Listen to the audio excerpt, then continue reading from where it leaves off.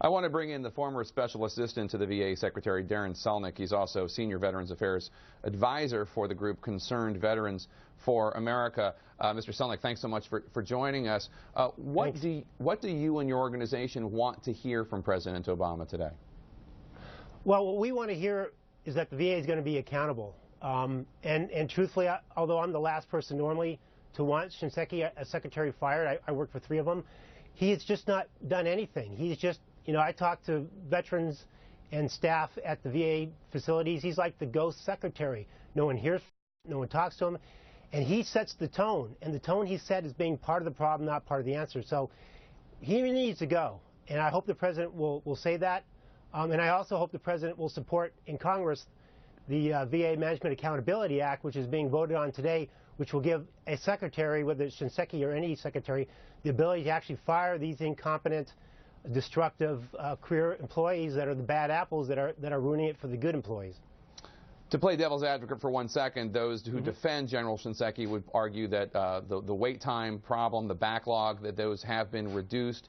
But I want to ask you, you worked for the VA in the previous administration. A lot of these problems were taking place then as well, in terms of long wait times, in terms of patients not being able to get the care they needed when they needed. What was it treated? How was it treated during the Bush years when you were at the VA?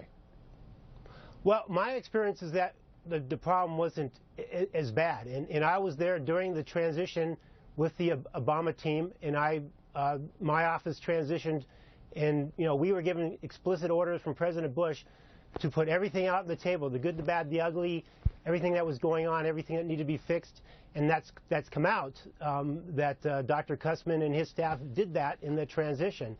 So, when you're a lame duck, there's only certain things, and the VA bureaucracy freezes up because they're waiting for the next group.